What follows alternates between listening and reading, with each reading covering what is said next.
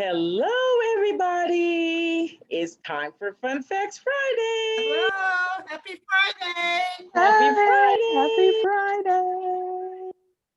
Friday. It's been nice outside. I'm out of town. I know it was nice. It wasn't super hot where I'm at. How is the weather in Solano County today? I know Here? yesterday it was hot. 90 90. something. Yeah, Yeah. It's pretty that's warm still here. hot. Hot. Yeah. Yeah, Still hot.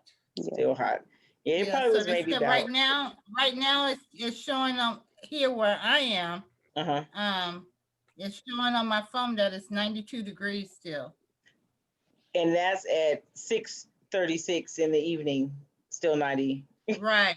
degrees. That's pretty Yes, still pretty hot warm. still. Look, you know what that means, right? What?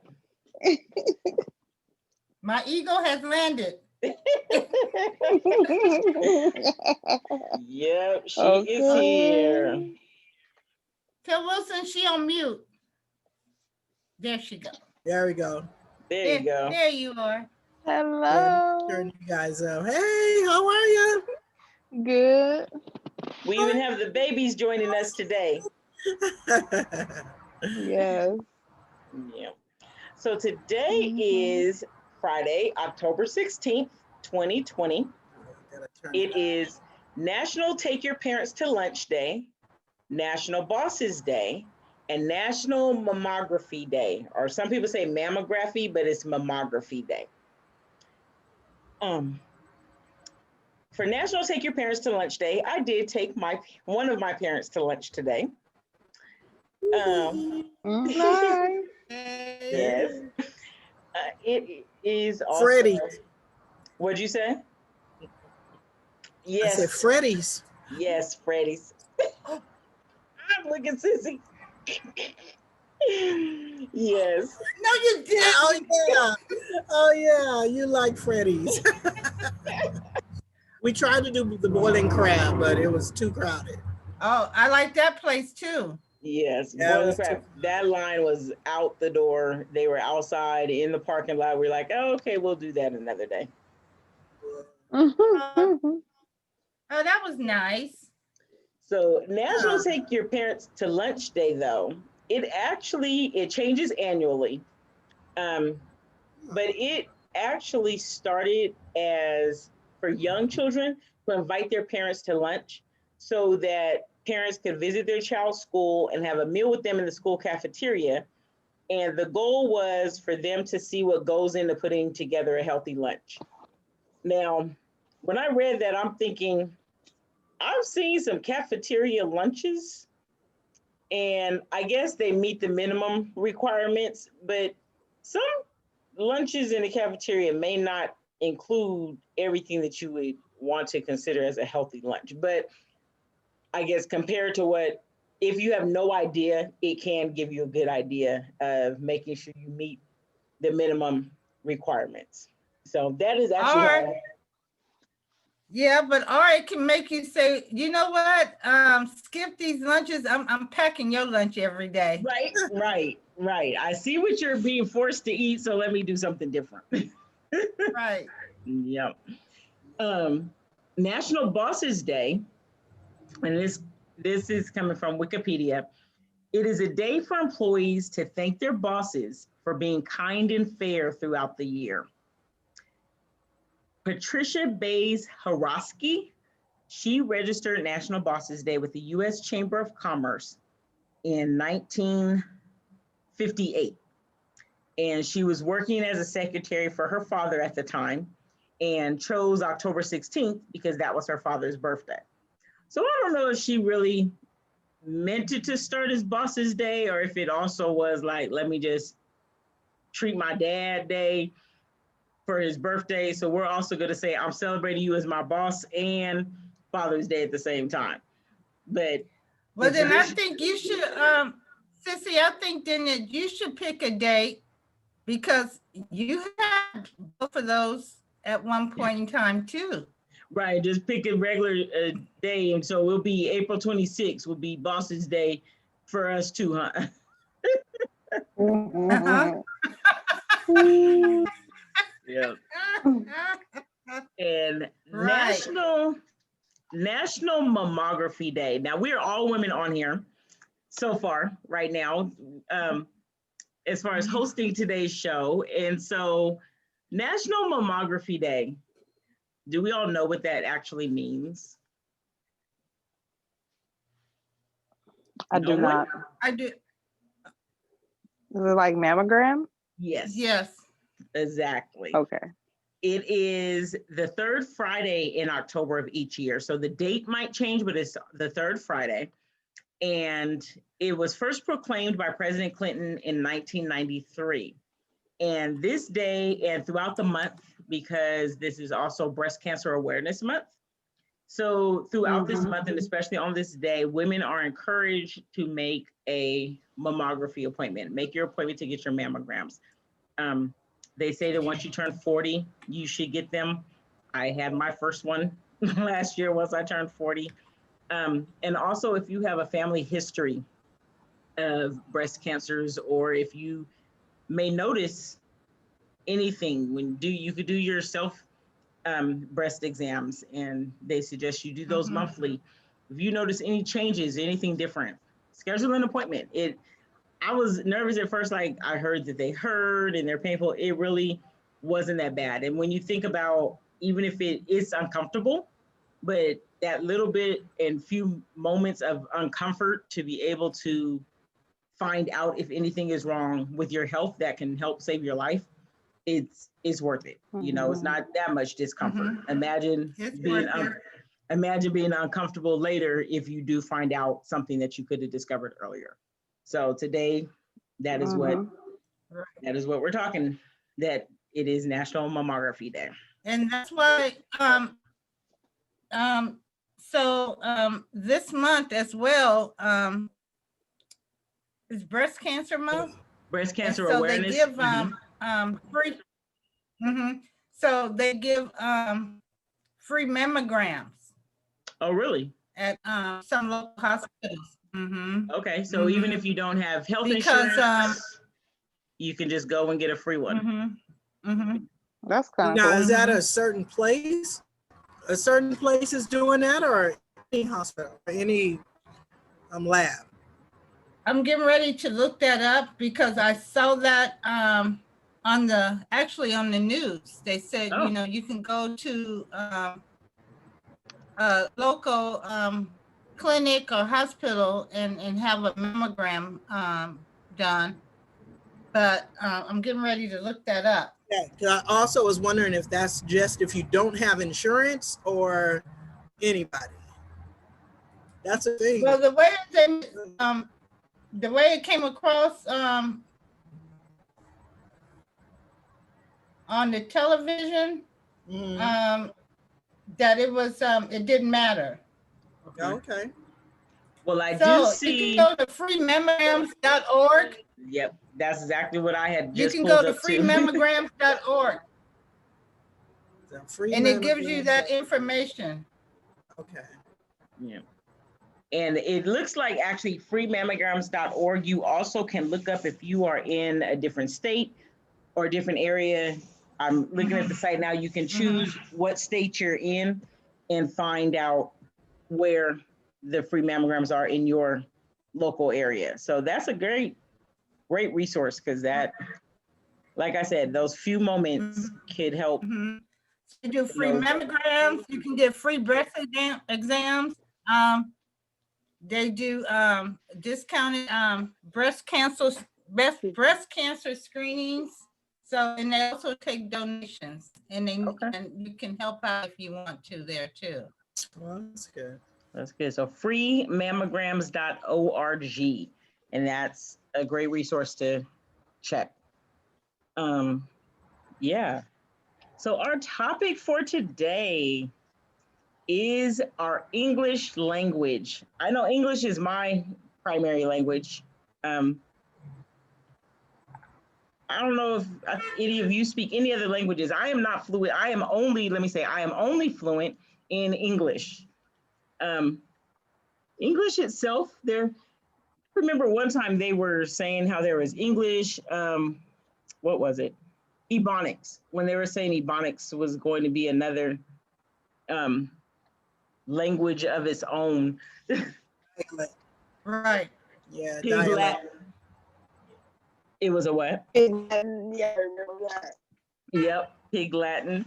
There's broken English, what they call pidgin English.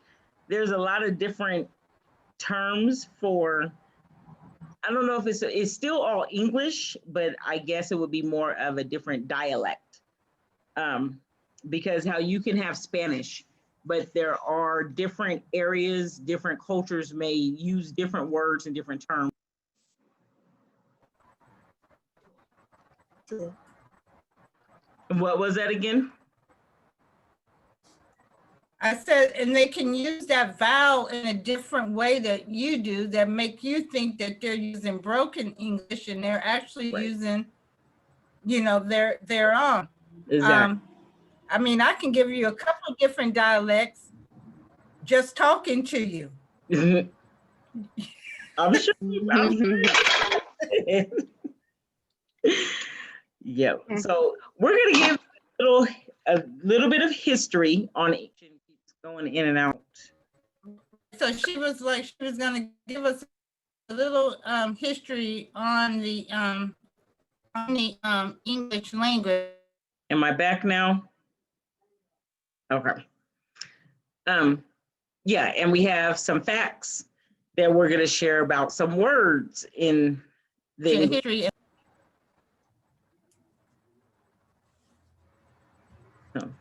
Can you hear me? You keep cutting in and out. Cutting Yes. in and out. Okay. I'm going to pass it to Wilson and Sissy. I'm gonna try to switch my connection.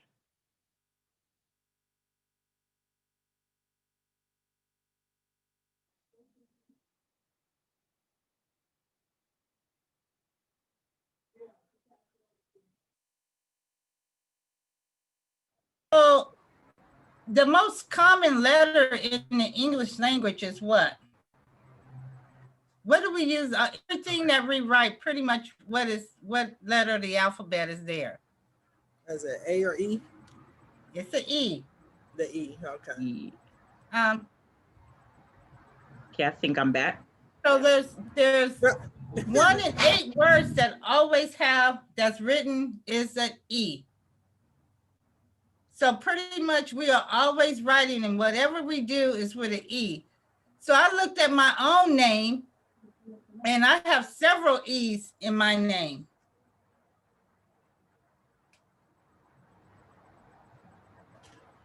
You muted, Sissy.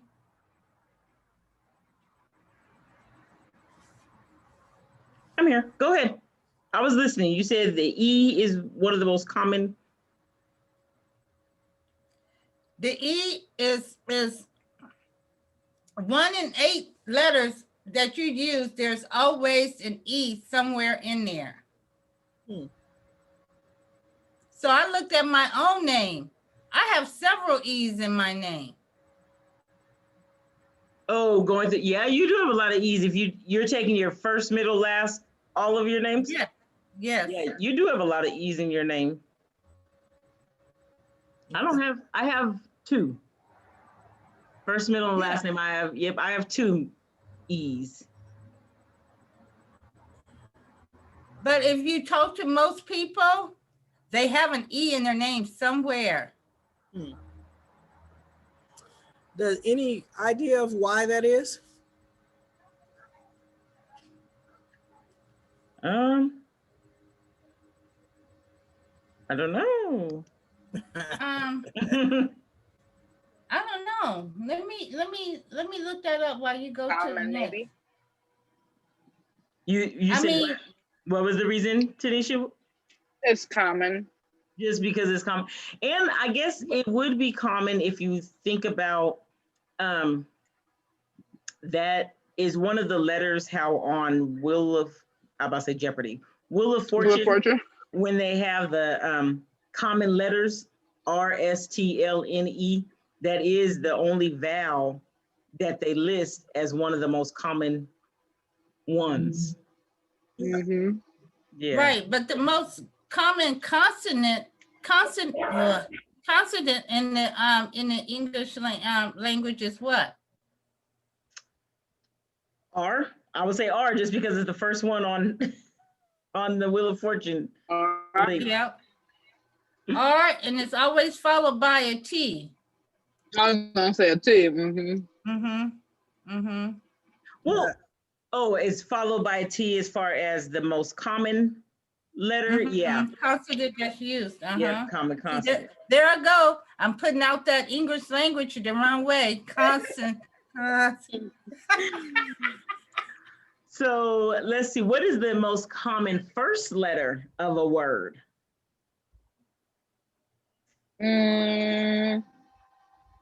First letter of the word. The first letter of a word is S. I was gonna say that. You didn't give me a chance. S is the most common first letter of a word. So see, so we had the R, the S, the T. So the L and the N are the other two consonants that are given on that Wheel of Fortune. So they know that we're gonna give you the most common letters. I got the game. I used to play it on my iPad. They used to not do that though. I don't remember them always giving those letters at the beginning. No, Well, they I know when I was didn't. playing Wheel of Fortune, every time I would do T, S, R, I would always get those. Right. And I would be like, on to the next one. Yeah. So see, Sissy, you said they didn't used to give you the letters, right? Yeah. No. I think they just started that within the last, I want to say like 15 years. Yeah. I remember my grandma used to watch Wheel of Fortune all the time. Yeah. Yeah. Well, no, I used to guess those letters. They didn't give them to me on this game. See, you probably have an older version of the game because the new one, like if you watch it on TV, if you were to watch it on TV today, when you get to that final round, they automatically give you R, S, T, L, N, E. Yes, on the final round. Yep. Yes, on the And then final you round, get but to not the pick- beginning. No, yeah, No, just not on the in the final round. beginning. Yes. Yep. Another fun fact I thought was the longest word in the English language that has its letters in alphabetical order. Ooh. And it's actually not that long of a word, but it is the longest one in the English language that has its letters in alphabetical order. And that word is almost. I almost got it right. Almost. I was going to say interesting. Yep, almost. Yeah, well, we almost got it. We almost got it, huh? I would have never guessed that. Yeah, no, and it's such a small word, you know.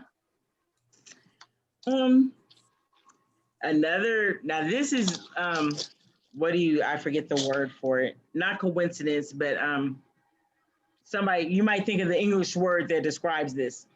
The longest word that doesn't repeat any of its letters is uncopyrightable. Now, I thought that was neat because uncopyrightable, you can't copy any of the letters because it's the longest word that doesn't repeat any of its letters. Uncopyrightable. Oh, wow. Ironic, that's it. Ironic. Isn't it ironic how the longest word that does not repeat any of its letters is uncopyrightable?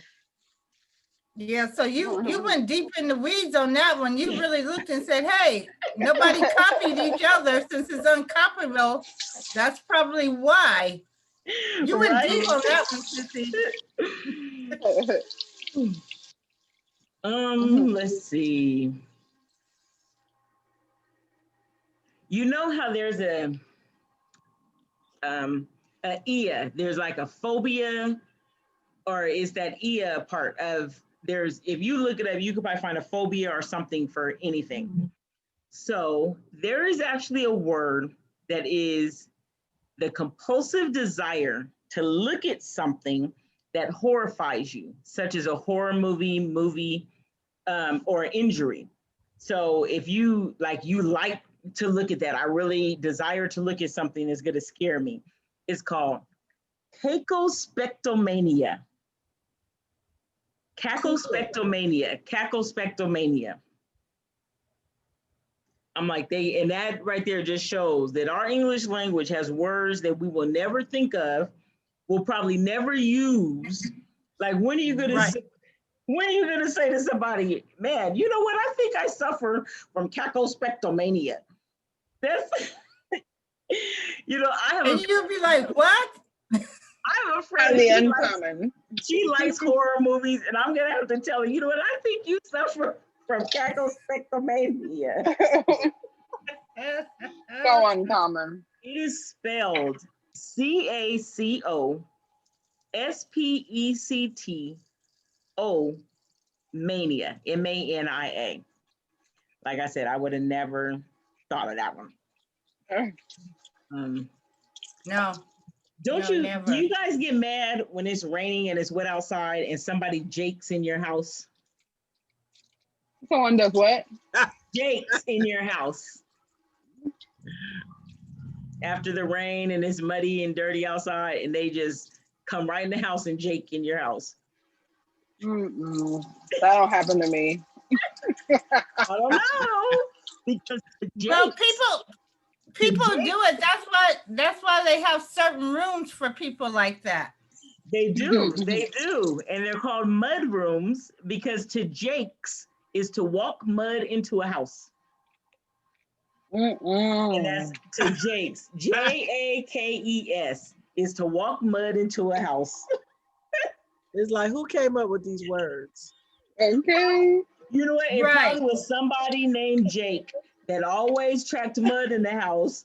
And so they said, you know what? Stop jaking. You are jaking and you've jaked. And so to jakes is to walk mud into a house. They said, whose mud is that? It's Jake's. Okay. Oh God. That's just speculation, by the way. Yes, that is not a fact there. We're just guessing. No, it's not a fact. We're guessing on how these words came up. How it came about, but the real word Jake's does mean to walk mud into. Yes, that part is a fact. That's a fact. And these facts that we're giving you about these words come from bigwords101.com. So that information is definitely a word, but how they came about, I just made that up. I'm just guessing that it's about somebody named Jake. Well, you know what? If we was on that show with the X's and O's, I would be like, I agree for the X. When you say if it's true or not. Right. Oh, okay. So remember how we talked about there's a mania, right? Mm-hmm. So, calomaniacs are people who think they are more beautiful than they really are. And it says, are shallow maniacs the only ones who care? Shallow maniac? Yeah. Calomaniacs, CALLO maniacs, are people who think that they are more beautiful than they really are. So again, there's a word for everything. Well, you know what? There's a lot of those around. But I guess it's all a matter of perception though, because they might be beautiful and they think it says that calomaniacs are people who think they're more beautiful than they really are. I don't even know the saying, there's someone for everyone. Someone might think that they are more beautiful than they even think that they are. So, it's all a matter of perception. Hey, or either you say, you know what, she's beautiful on the inside. She's beautiful on the inside. But beauty is all in the eye of the beholder. It is. And that's why we're, we can't say that they think they're more beautiful than they are, because someone probably does think that they are beautiful. Right. I just say God is very creative. And you know what? It's funny because I was driving the other day and I just thought about this, and it wasn't about being more beautiful or not, just the fact that how there are so many people in the world and everyone looks different. If you think about, I'm like, you know what? God really has to have a creative mind, because for all of the people in the world to look different, even identical twins, they may be identical as far as how they were born and everything, but there is at least one thing about them that's going to be different, you know. Right. And so Their fingerprint. right, their fingerprint is different. Even if their face looks the same, Right. their fingerprint is still different. So just to think, all of the millions of people in the world, everyone is different. I'm like, God, I had to be real creative to think, okay, I'm going to do this a little different on you. I'm going to do this a little different on this one. It just, I don't know. Sometimes, you know, when you just drive and you just think of stuff, sometimes, at least me, think of stuff. And Yeah. that's just, wow, Yeah. that's just And amazing. then sometimes somebody, when you tell them about it, they'll catch it at the red light. Yeah, right. That's when you'll catch at the red light. Because I was sitting at the red light when I thought about it. You'll catch it at the red light when you realize, you know, that to be that creative, that's just like one of those things you say, "Ah." Yeah. Oh. So, for our computer people, have you heard of GIF? Sometimes you'll see it at the end of it's the little, it'll be like a little picture of the funny pictures you text someone and they'll have a little saying. And so how do we pronounce that? It's a gift. Is it GIF? Okay. Well, GIF stands for Graphics Interchange Format. And according to its inventor, it should be pronounced like JIF. So GIF, like Jiffy peanut butter. It should be pronounced GIF and not GIF. Again, that's a fascination of our English language because it's spelled GIF. So naturally, we would go back to phonics lessons, and G makes the G sound, so we're gonna say GIF. You wouldn't think of it as GIF, but the inventor, according to the inventor, that's how it's supposed to be pronounced. And what country does it, by chance, say that producer was from? The creator, where was he from? Because I was wondering if it was a country where the G and the J were pronounced differently. That could be, huh? Let's see. So For us, G is either G or J, but maybe, well, yeah. So G. So it says here that the first rule is that the letter G is pronounced as a J when it's followed by the letters E, I, or Y. Okay, and so that's why it's pronounced as GIF. Right. See, that's one of those rules of our English language that throws everything off. Why it's so hard to teach the English language. Yes, I feel for our teachers, especially when you think of teaching English as a second language. Right. So many rules. It's different because for us, at least if you are born and raised in America, you hear it all the time. Right. So someone who has not heard it all the time and learned all the different tweaks and twerks for this rule, this and this and that, you know, because I don't think of all the rules, and you don't think of the rules every day as you're walking and talking. You just have grown up and learned it. Right. But it can be very difficult for someone that's transferring over. And so, yeah. But sometimes it's just difficult Facebook, for us that's just here. Yeah. We don't have to be someone on Facebook asks, they gave another, not suggestion, another example of that is giraffe. How is GIR, and because before the I, it is pronounced J, like giraffe, like the J for GIF. Right. Giraffe. Yep.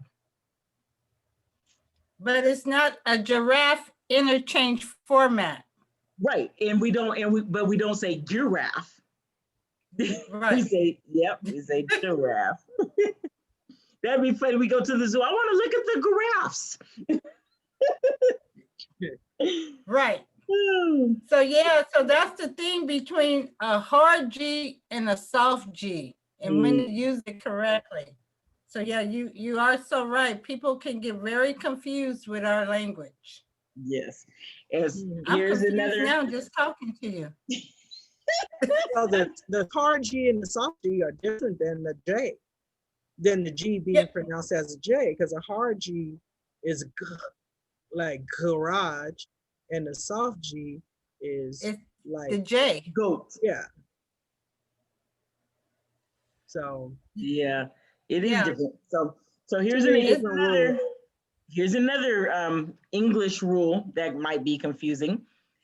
If you say your vowels A, E, I, O, U, and sometimes Y.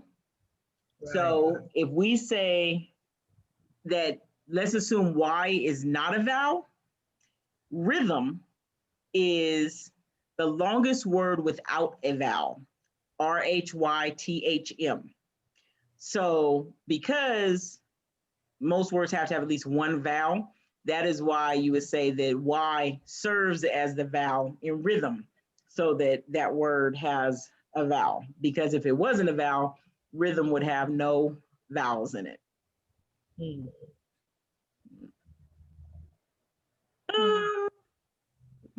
Which word has the most vowels? Has the most vowels? Yeah,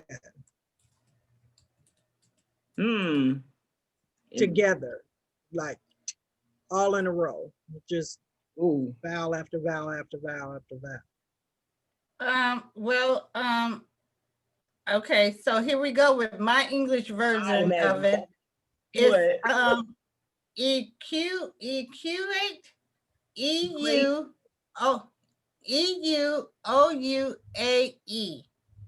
You making up a word, Sissy? Heck no. That's what Google told me. What does that mean? Is that in the English language? It's How the did you say that again? It said it is the longest English word consisting of only vowels. Oh, only vowels. Only vowels. Okay, but how do you pronounce that? Spell that word again. And what does that mean? I'm getting ready to tell you. Okay. EU.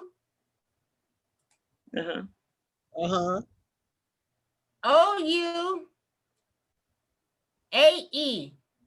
Equate. I'm gonna use that word in Scrabble. Yeah, there you go. Get to the point. And what does it mean? What does it mean again? Ready to tell you. It says, is it a real word? It's the Yeah, I can't find a definition. Music. What? It's music. It is. It's it music? says it's a name for Gregorian cadence. Music. Mm-hmm. Okay. Interesting.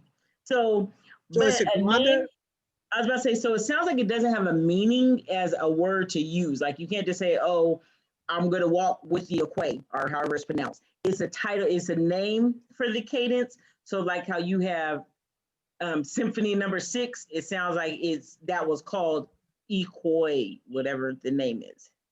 Because it says a name for a Gregorian cadence. It doesn't show like a definition of a meaning. Yeah. But what I can tell you, Sissy, is that it is a Scrabble valid word? Scrabble word. It's a valid Scrabble word. I'm gonna have to remember that one.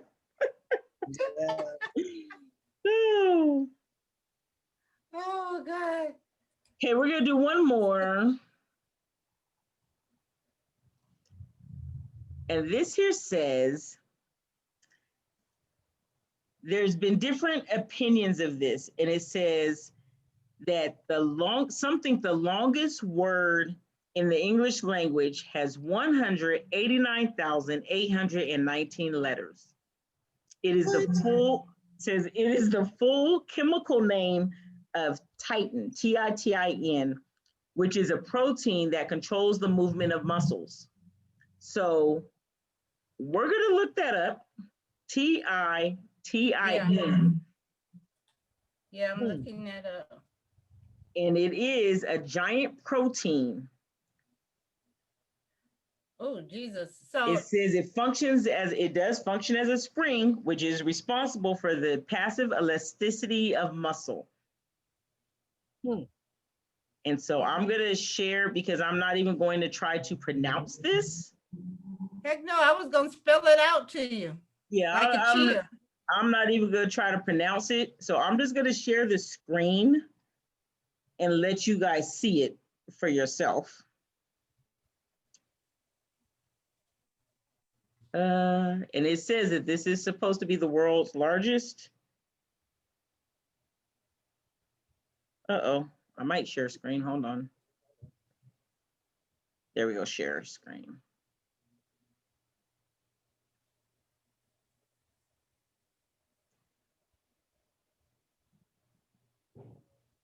Okay.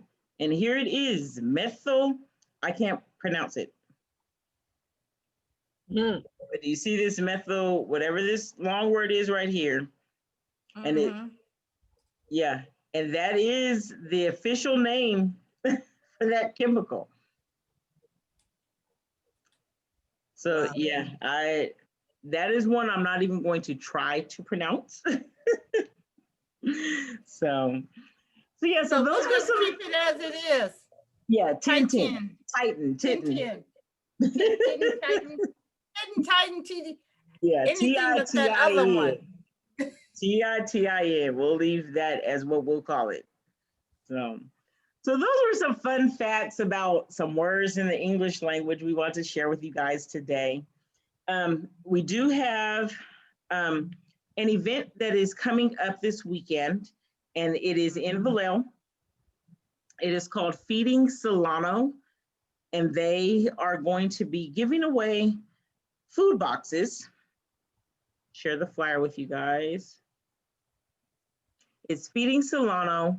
They are giving away drive-through food distribution, 35-pound boxes with milk, yogurt, cheese, cooked meat, and produce. You must wear your mask. This is the flyer, the only flyer that I saw, so I don't see that there are like income requirements. It looks like it's open to everyone, and that is tomorrow at Solano County Fairgrounds between 10 a.m. and 2 p.m. And the food is free. And like I said, a 35-pound food box. It looks like some produce, meat, yogurt, cheese, milk, stuff that we all can use, you know, and masks are required. And so that, yeah, want to share that community resource to everyone. I will post it on my page again, the event, if you guys are interested. And so, yeah. Cool. I'll screenshot it from your page. Okay. Yes, Yeah, definitely. I'm looking, and it doesn't say anything about any income or anything that's needed. Yeah, I didn't see one either. They have an actual event that I'll share too. And so, yeah, so it looks like it's open to everyone, but just between those times, starting at 10 o'clock tomorrow. So definitely want to share that. That is at the Vallejo Solano County Fairgrounds. Yeah, so share that information. Thank you guys. Thank you everyone for tuning in live. Thanks for being Thank you. Thank you to those who tuned in on Facebook. And where are you gonna find me on Sunday? We will find Sissy in the chat. Catch her in the chat. Yes. www. Go ahead. WFCTFairfield.com. Streaming. She will be in the chat 10:30 on Sunday. We will be back here next Friday at 6:30. If you have any ideas for show topics, we are open. We are always looking for new ideas, new facts to share with you. If you have a product or a business that you would like to share, even if you don't want to come on live, contact us. We'll be glad to help share the information about your product or your business. And so you can always email us at funfactsfriday100@gmail.com. That's funfactsfriday100@gmail.com. We share the fun facts and we keep it 100. So that should help you remember our email. 100. Yes. 100. Yes. So we will see you guys next Friday. All right, bye. Have a great weekend and a great week. Good to see you. Good to see you.